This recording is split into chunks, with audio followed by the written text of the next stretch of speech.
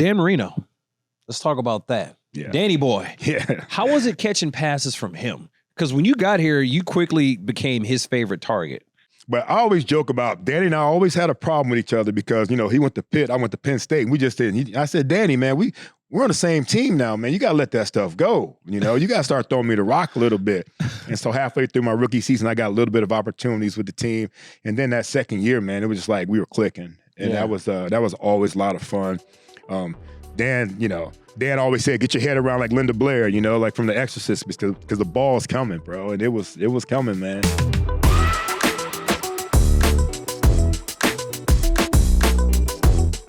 What up, everybody? I'm Peanut Tillman, and this is the NFL Players Second Acts podcast. And with me, as always, as my trusty co-host, Roman Coffee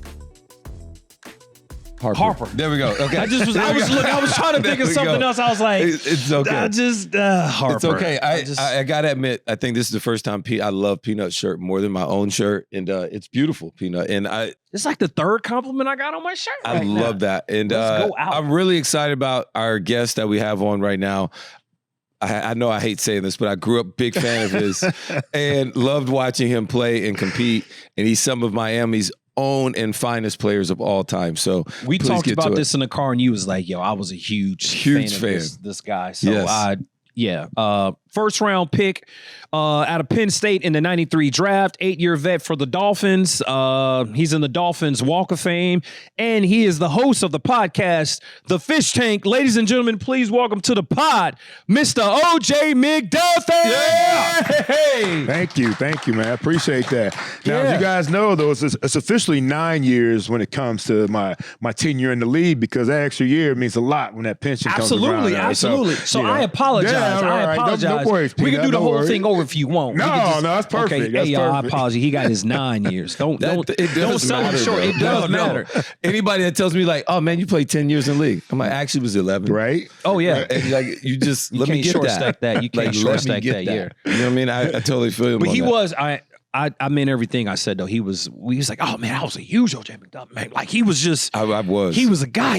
I was like, I was in Germany at that time, so like Peanut didn't grow up watching a lot of football. I didn't have the football, so. Man, well, you know what? You see what's going on now. We're trying to expand it over there. But, when I was playing, they went over there, I think, in the preseason maybe. Now there's a lot of regular season games, that are overseas, man. But, I think what the NBA has done going overseas, what the NFL is trying to emulate, and I think that's worked out really well for them. It has. There's more games played over there now than ever, and every single year seems like they try and go to a different location and continue to spread.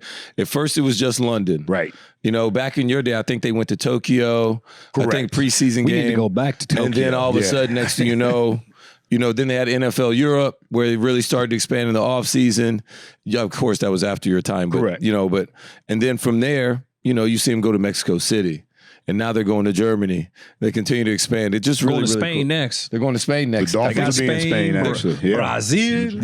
Yeah. I think one of our guys is, I think Vilma's going to call a game in Spain this year. Nice. So Nice. Now, the one thing I did know, OJ, was that your real name, because nobody knew that. Yeah. Otis James. Correct. Okay. So is that a family name? No. So I'm Otis James McDuffie. I was named after O.J. Simpson. Okay. My grandmother was a big fan. She didn't like his first name, Orenthal. So she wanted the O.J. nickname, so she named me Otis James McDuffie instead. So that's how I got, O.J. McDuffie out of it. So it was. We talked about that. I started to say it like, what was that? Okay. But I was like, oh, damn, I was right. Okay. Yeah. Okay. Okay. I want to talk about your college career. All right. Back in the day, I don't think we all knew. I just knew you had Miami Dolphins. I didn't know that you actually were an all-time great at Penn State. Not only that, not in football, but also in baseball. You hit 336. You were 20 for 21 in stolen bases.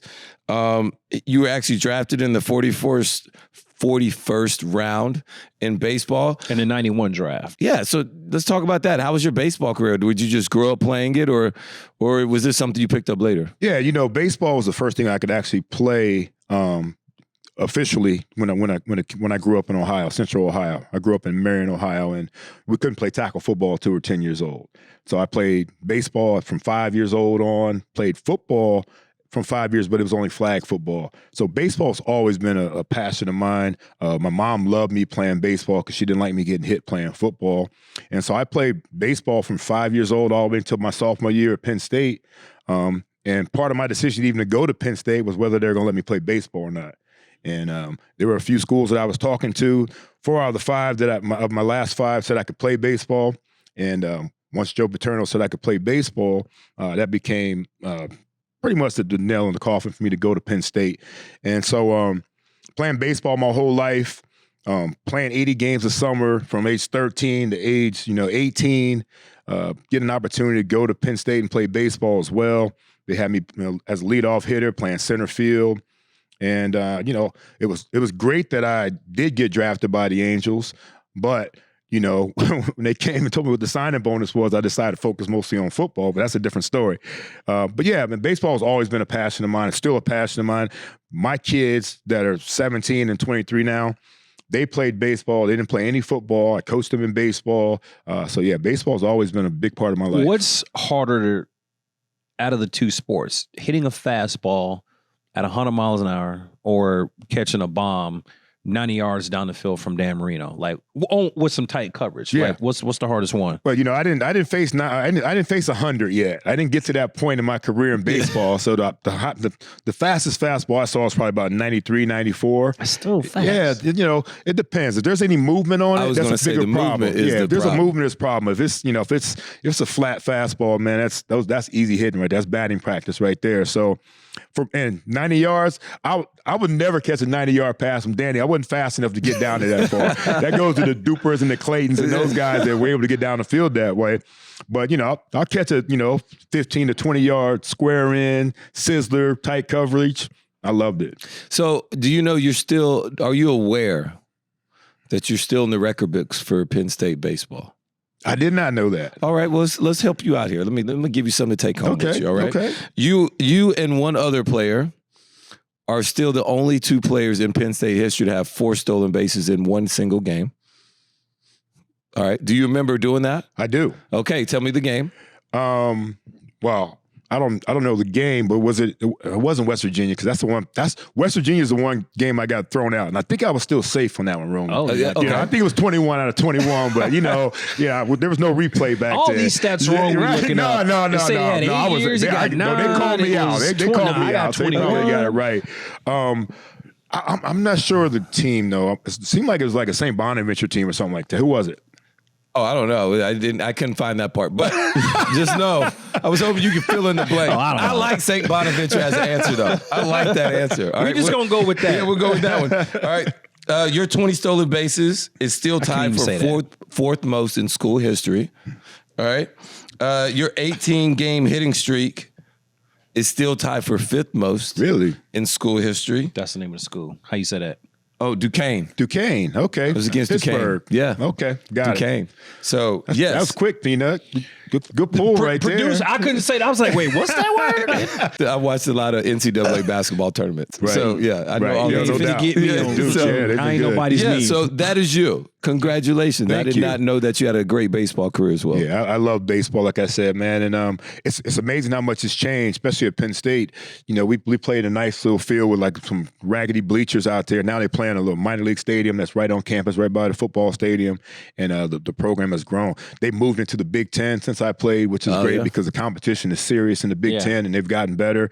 They might play Duquesne, but they're still playing the Indianas, the Michigans, and the USCs, UCLAs, who are real big baseball powerhouses and stuff like that. So yeah, it's nice to see the way the program has grown, and it's amazing that some of those records still stand, considering they play twice as many games as we played. Right. When I played. So the 18-game hitting streak, that's something different compared to all the other numbers that I'm 4th and 5th on, because we only played half as many games. Tell me this though, when you're playing in somewhere like Penn State where it's cold, like how do you guys get around the weather in these places? Like I always wonder, like, man, why would you go play baseball where it's cold. Yeah. I know you didn't choose, that was just part of your decision, but, playing baseball in the cold because you guys are out there. Right. Well, I grew up in Ohio, so we always played a little bit of baseball in the cold. But I tell you this, Roman, that's the reason I actually stopped playing baseball because I was in center field.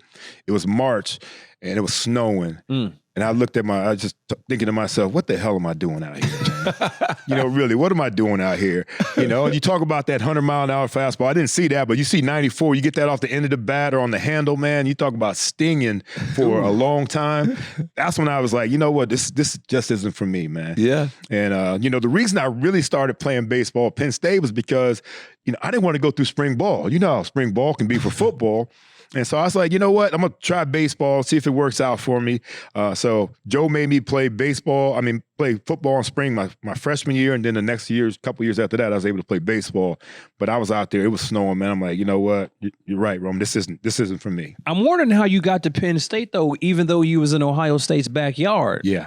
Was they one of the 4 of the 5? Oh, absolutely. Ohio State was number 1 for a long time for me. Okay. And the reason I didn't go to Ohio State, I was locked and loaded. I grew up Ohio State. Yeah. I was my hometown of Marion, Ohio is 45 minutes from Columbus.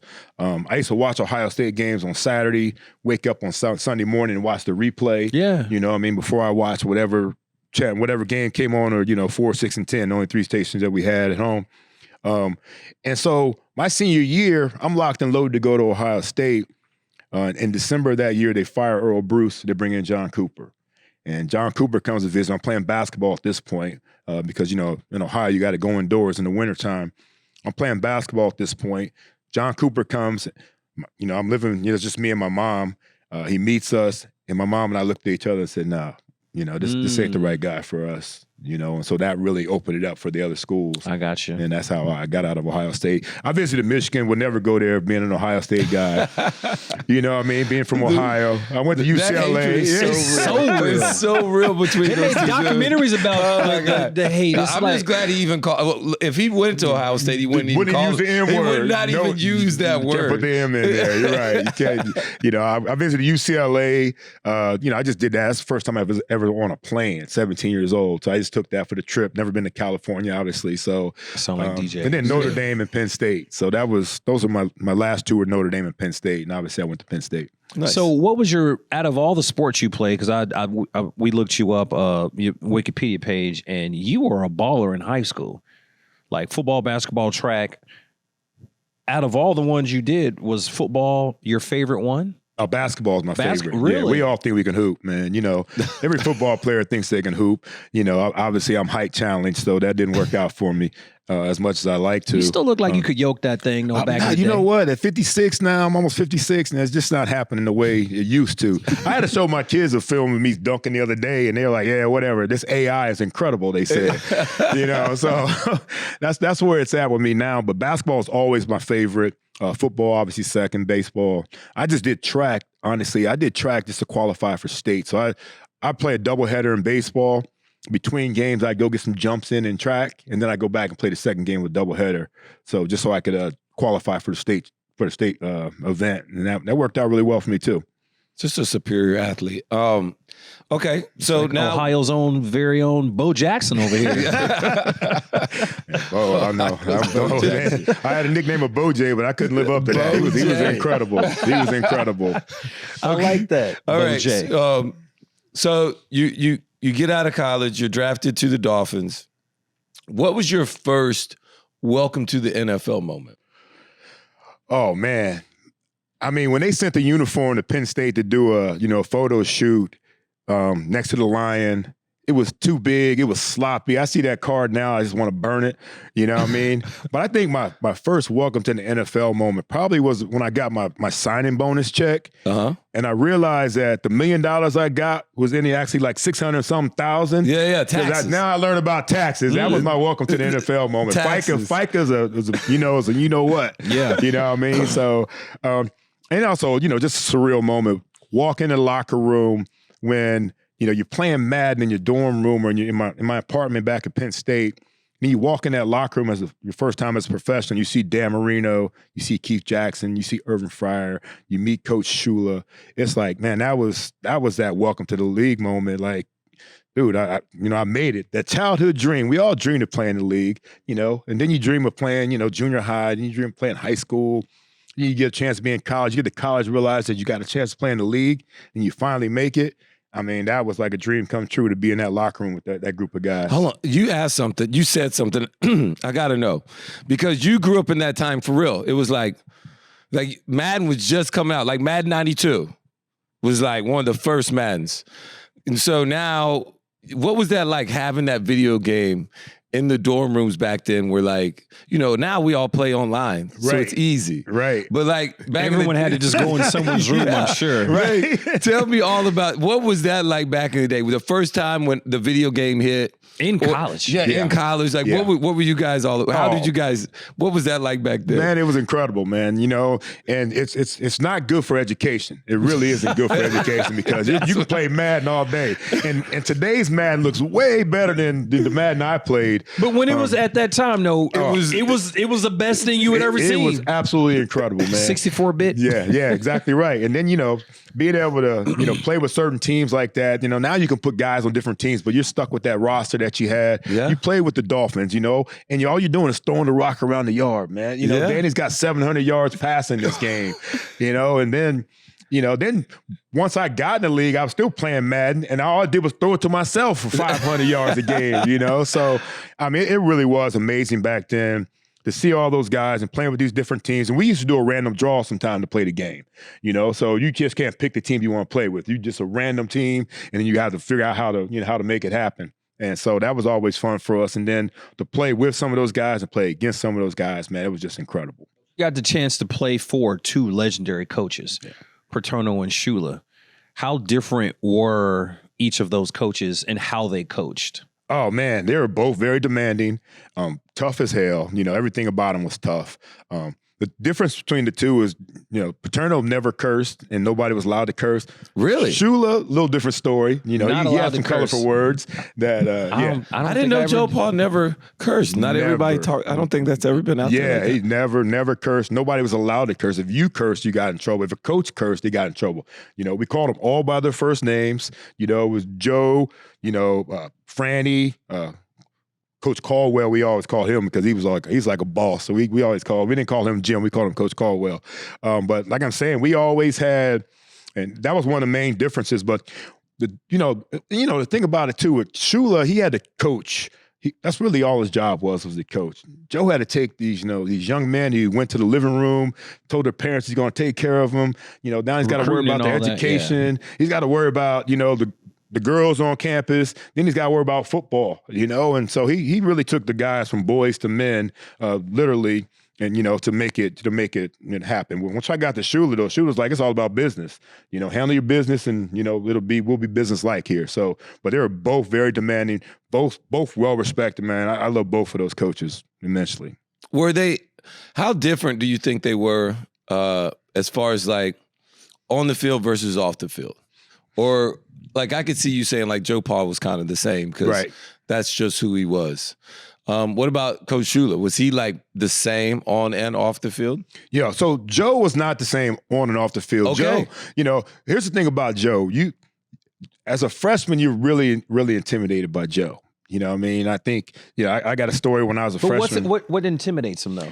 Well, just his stature. In terms of, he's not a big guy, but just who he is. And like, if he says something, it's like, it's the gospel, really. And you look at him, first of all, you look at him in those glasses and you kind of get mesmerized a little bit. We always joke about that with Joe, man. But when he starts talking, man, it's like, you don't want to, you want to make sure you do everything that Joe's asking you to do. Like things like we had at Penn State was everybody had to be at breakfast every morning, 8 o'clock in the morning. You could have an 11 o'clock class, but you have to be at breakfast every single morning. And he said, a lot of you guys aren't going to make it to the pros, but you're going to work.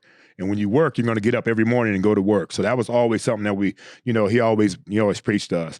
He also said, you're going to class. We go to class. If he found out you were skipping class, he'd have somebody follow you for 2 or 3 weeks to make sure you're going to every single class.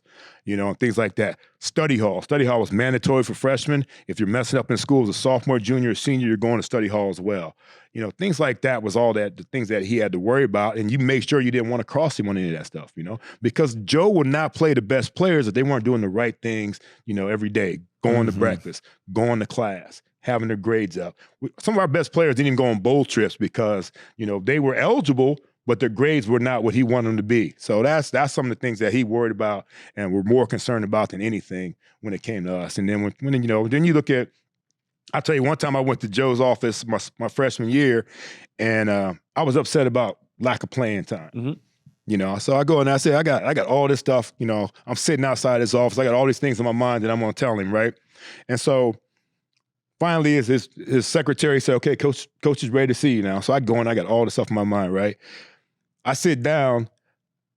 All I remember saying is, thank you for your time, coach. I didn't get one word in. He told me, like, I know you're upset about your playing time.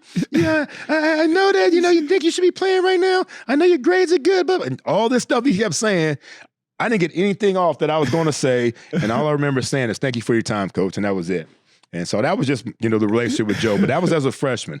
As a senior, once I decided to hang in at Penn State, played in the Fiesta Bowl, had a great game there with Joe. Said, Joe, I want to come back. He said, just wait a second. Let me see where you're going to go in the draft. He saw where I was going in the draft. It's late first, early second round. He said, you're welcome to come back if you want. And that's why I decided to go back my last year. It was just a relationship just changed over time with Joe over those 5 years I was at Penn State. I love that. Now, you went from Joe Paterno to Don Shula. And then you went from Don Shula to Jimmy Johnson. Another great legendary name in the coaching ranks. So what was that like? Because that was a different experience too. Most people know Jimmy Johnson from the Cowboys. Right. The young people, as my son would say, the new gen, don't know Jimmy Johnson from the Dolphins. Right. Can I keep it a buck? Yeah, I hope you do. All right, yeah. I'm not a big Jimmy Johnson fan. Love it. At all. He and I never got along. We still don't get along. Going from Shula to Jimmy Johnson was a huge downgrade for the Miami Dolphins, in my opinion. Don Shula was respected, great coach.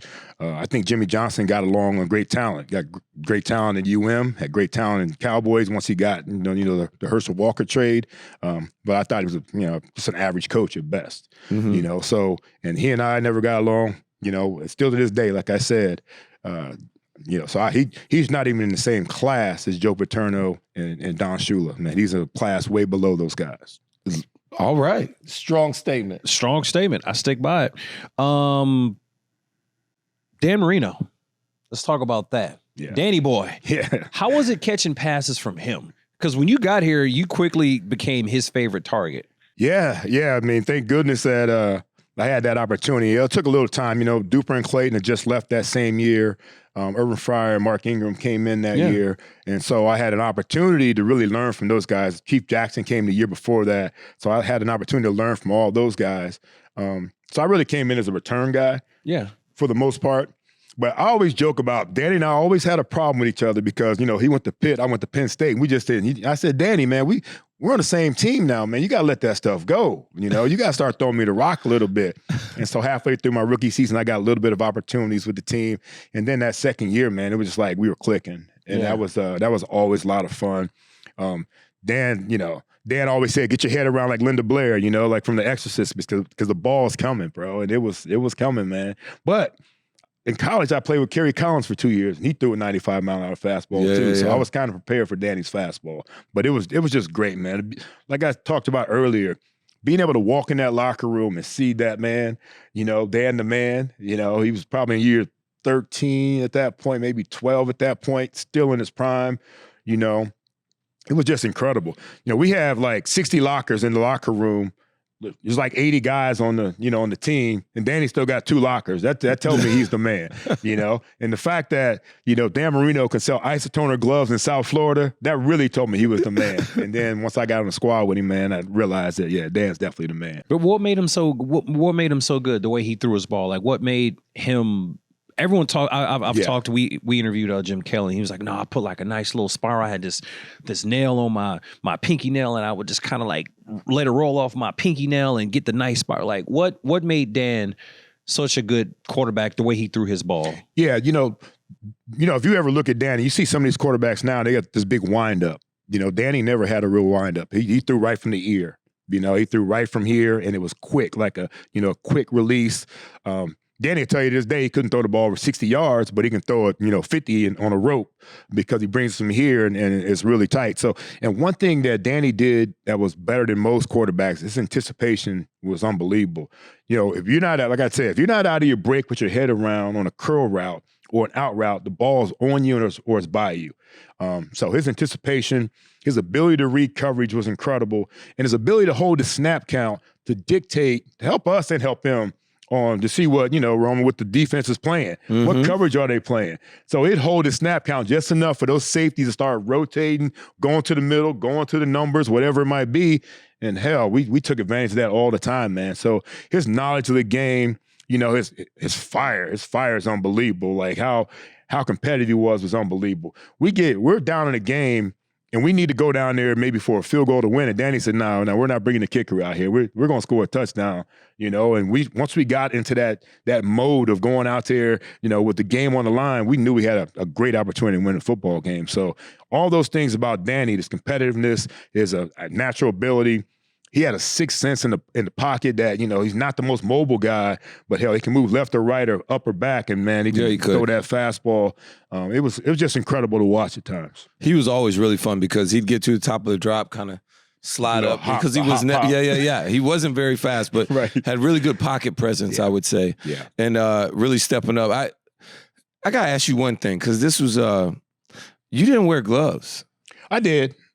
All the time? Yeah, I tried. Well, I tried not to, but I did most of the time because I wanted to try to control the surface of my gloves, because you're playing cold weather, your hands are cold and icy. Playing hot weather, you get all sweaty. So the gloves kind of kept everything the same for me. So, and plus, I was a blocking. We blocked so much at Penn State that I just, that's how you protect your hands more than anything because face mask to face mask, a rough deal. But yeah, I wore gloves most of the time. Okay. All right, good. I couldn't remember that. If it was Urban Fryer never wore gloves, and I didn't get it. Yeah, it was a couple guys back then. It has to when receivers don't wear gloves, though. It just they did not wear gloves. It looked a little stank. Yeah. They got zero swag. Yeah. Well, also when it would rain down here, I don't know if you guys had the good gloves that could go through. Like now you got different weather. They had those scuba gloves back in the day, but those things they rip. You get to a quarter, and those things are all ripped. They had the ones that had to stick them on them kind of deals. You slide in the grass one time, it's full of grass. They're no good anymore. Nowadays, the gloves are absolutely incredible. Right. They catch anything. They catch anything. Everybody says any and everything, no matter what the weather is. So, did you ever feel any pressure as a wide receiver here because you came here right after Duper and Clayton left? Yeah, I think the fact that we just picked up Urban Fryer and Mark Ingram in free agency helped me out a lot. Okay. I didn't have that first round pressure that most first rounders would have for that position. So my gig really was just return punts and return kicks, so that helped me out a lot. Some of these other first rounders, they come in and they're like, calling busts already and they haven't even, taken a snap for the most part. So Fryer and Ingram. Also, we had Tony Martin on the staff. Okay. So we had a bunch of receivers already where I wasn't counting on too much to go in there and make an impact as a receiver. So that pressure was alleviated. Now, there was a lot of pressure to return kicks. Yeah. And thank goodness, man. Like my first kick I took in preseason was in Atlanta on a preseason game, and I took that one back 90 for a touchdown. And then I had 2 punt returns during the regular season for touchdowns. So, that right there. Oh, that means you did your job. Yeah, what they asked of me, I did. What they asked of me, I did my rookie year. Yeah. You definitely did your job. I think we all have a moment in our career that we're most proud of or that just kind of stands out. Would you get your 11? I don't want to short stack you. 11 years? Right. Okay. You got your 11. You got that one play. I got my 13. I got that one play, that one moment. Out of your 8 years that you played in the 9. Thanks, 9. Out of the 9 you got in the National Football League. What's a career moment for you that you could just your go-to play where you're just like, oh man, so-and-so. What's that play for you? Yeah, you know what? I think it's more of a series of plays. I talk about it sometimes where, Dan Marino was sitting on 398 touchdown passes, right? We're playing the Saints here at home. And Danny comes up to all the receivers and like, he comes up to all the receivers like, yo, once I throw my second touchdown pass, I need that football. Like, he already knew he was going to throw at least 2 touchdown passes in that game. That's the confidence that he had. And so I caught 399 in the end zone. I gave that to my Aunt Celia, who just came to her first football game down here to see me. Living in Ohio, living in Columbus, Ohio. Then we're calling a play. We're down on the 5-yard line. A play goes in. Coach Robert Ford here's the play call.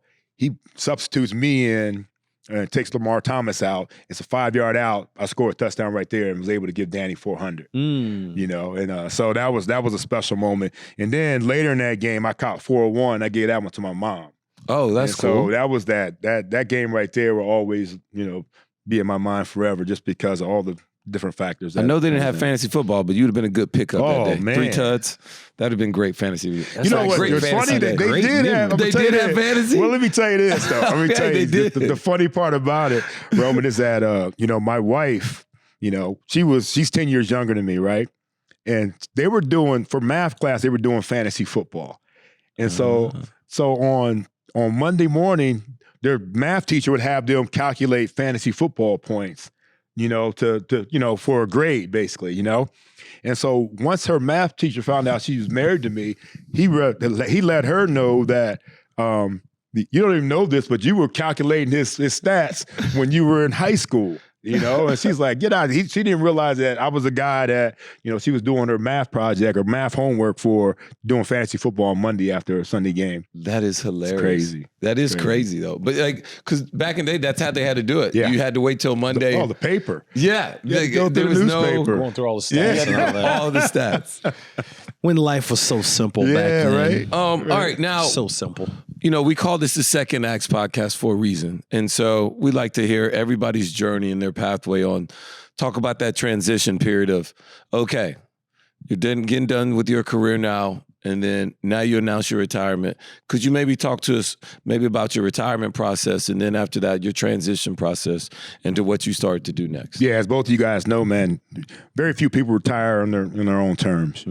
Most people, you're not John Elway's or the Peyton Mannings or those guys, where they can walk away from the game whenever they want to. So, unfortunately, an injury forced me into retirement.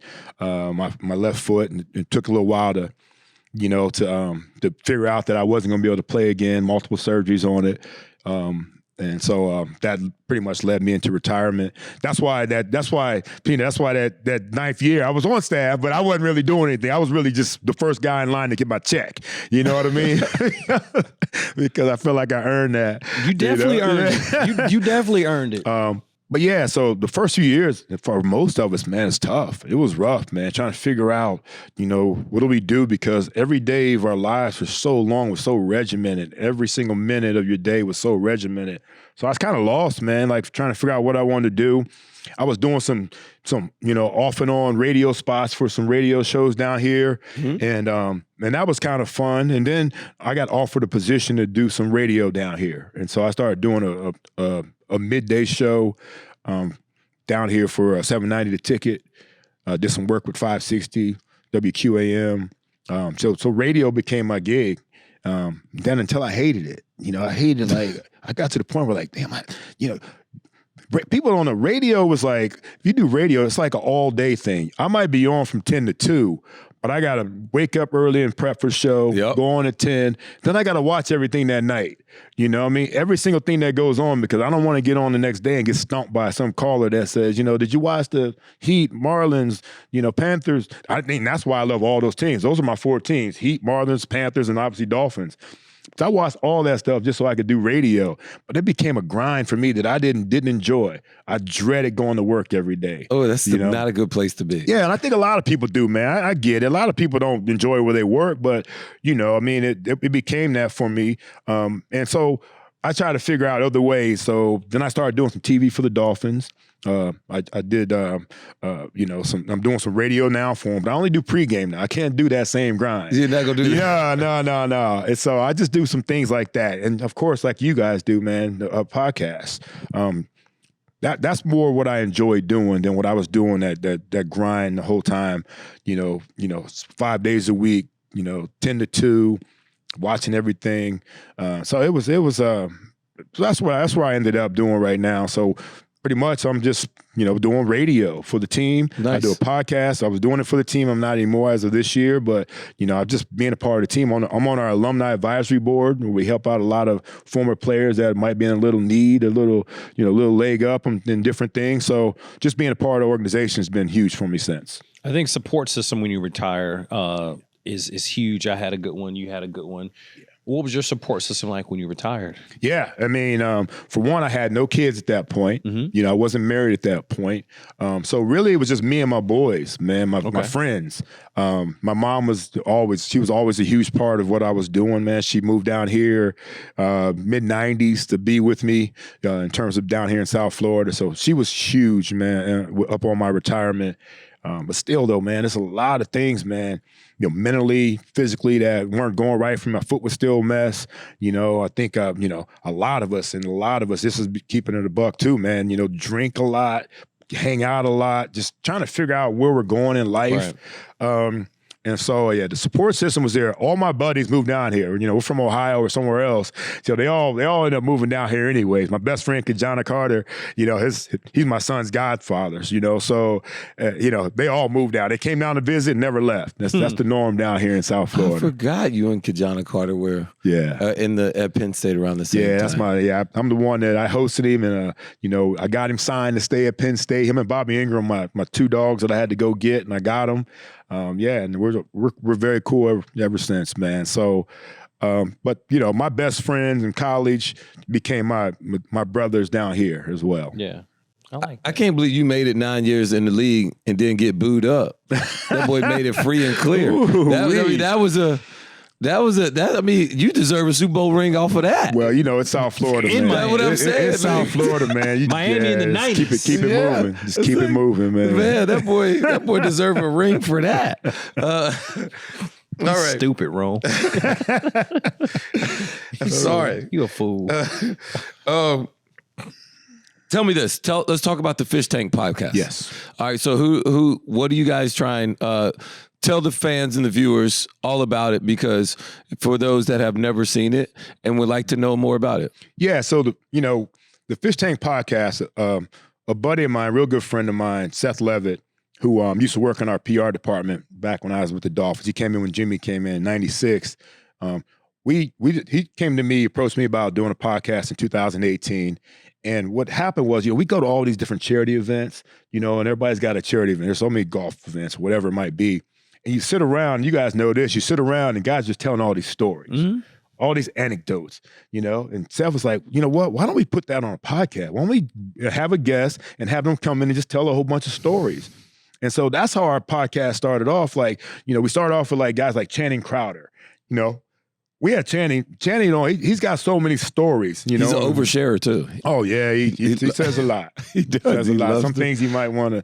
Yeah, he keeps it a buck all. Yeah, he does. He does, and it's working for him. But that's different for me. But so that's how we started.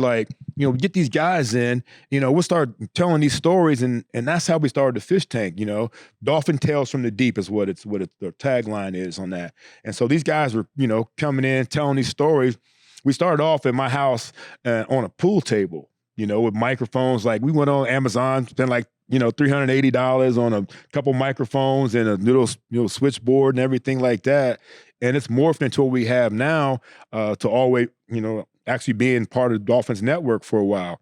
And being on TV more. Of course, now everybody's got their podcasts on TV or online, live, and things like that. But that's where it started, man, because guys love to sit there and tell stories.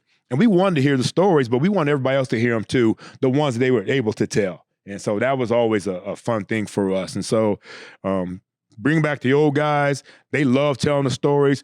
Seth does a great job of research, and we jog some guys' memories, and they say, "Oh, how'd you know about that? Where'd you hear that at?" And they love telling those stories. And so it's just always fun for us. And I always learn a lot, when we do the podcast. Some guys I play with, I learn more, doing the podcast than I did when I played with them for 5 years, and that's always a lot of fun. And then, of course, the guys I never played with, I learned everything about them through it too, man. So that's where we got the idea, and that's what we're doing to this day. So I'm real big in the community service. I know Rome is too. You do a lot of things too. Where did you get the philanthropic bug? Where did that come from? Yeah, it's always been about mom. Mom's always like, always give back. Always give back to, you've been giving so much, make sure you give something back. So I've been doing that ever since I was in high school, continued it at Penn State. And then once I got here, everybody had, the Marino had a foundation, and, Dwight Stevenson has a foundation. All these guys have foundations. Make sure you continue doing that. And then my mom, and we partnered with Cystic Fibrosis, American Cancer Society, started doing things like that. And then we decided to start our own foundation, the O.J. McDuffie Catch 81 Foundation. And so we did that because we wanted to start giving to some charities that were near and dear to our heart, single parent homes, because my mom had me when she was 15 years old. So we were always pretty much by ourselves from 15 on. And then, and things like that, giving back to, some towns, some places like some small schools in Miami, Jack and Jill Learning Center, SOS Children's Village. Those are things that we were more near and dear to us. So that's when we created Catch 81 Foundation and started raising money for that. I love that. So something we ask all our guests, Mount Rushmore of influence. 4 people, you get 4 picks. Okay. That have helped shape you, mold you into the man you are today.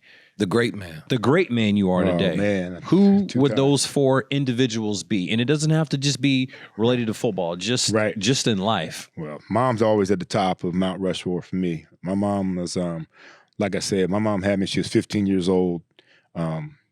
She honestly could have. She was one of 13 children, so really was like the 14th child in the house. And she really could have. And she was the first person in my family to go to college. Had a full scholarship to college. That's awesome. She really could have pawned me off on my grandparents, who were more than willing to keep me and take care of me while she went to school. My mom went to school, and she said, "OJ's coming with me." Really? You know what I mean? She said, "OJ's coming with me." So, the fact that when she went to school back then, you get pregnant, they kick you out of school. What school did she go to? She went to Ohio Wesleyan. Okay. Yeah. And so she made sure that OJ was always with her, and so, she's always going to be at the top of my Mount Rushmore. I mean, I was taking college courses at 1.5 years old. You know what I mean? So I said, some of these people that think they're smart in math, come see me, because I was taking them early. And then we moved back to my hometown, and then, she got a job in Cleveland, Ohio. And, I said, "Mom, I'm not going." She said, "You know what? I'm going to give you 1 year back down here, and then you're coming up there with me." She could have went there. She's still a young lady, mid-20s. And she's like, "All right," because she just could have went to Cleveland and just kicked it. And she said, "No, OJ's coming with me." And so I moved to Cleveland reluctantly. And it was the best thing that ever happened to me, man. It was the best move ever, man. The town I grew up in there's a bunch of guys that were going nowhere. She got me into this, a great school, and then she moved me to a private school, which I hated again. Another best move she's ever made for me, So yeah, she's always going to be number one on, when it comes to my Mount Rushmore, man. It's and I lost my mom about 14 years ago, and there's not a day that goes by, I got her on my wrist that I don't think about her. Man, I love that. I love that. Keep the legacy. I love that. Yeah.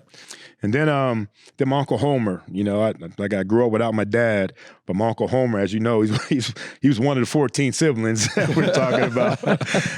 He's right behind my mom. He taught me everything in sports and life about being a man, every single sport I played growing up, Uncle Homer taught me everything about it, So I was already ahead of the game whenever I got to any kind of coaches at any level. I was always just ahead of the game because of what Uncle Homer did. He played semi-pro ball, had a cup of coffee with the Browns. He was just a hell of an athlete, just a hell of a man. He's still my guy, still in Columbus, in Ohio. And he's an Ohio State guy too, huh? Man, they drive me crazy.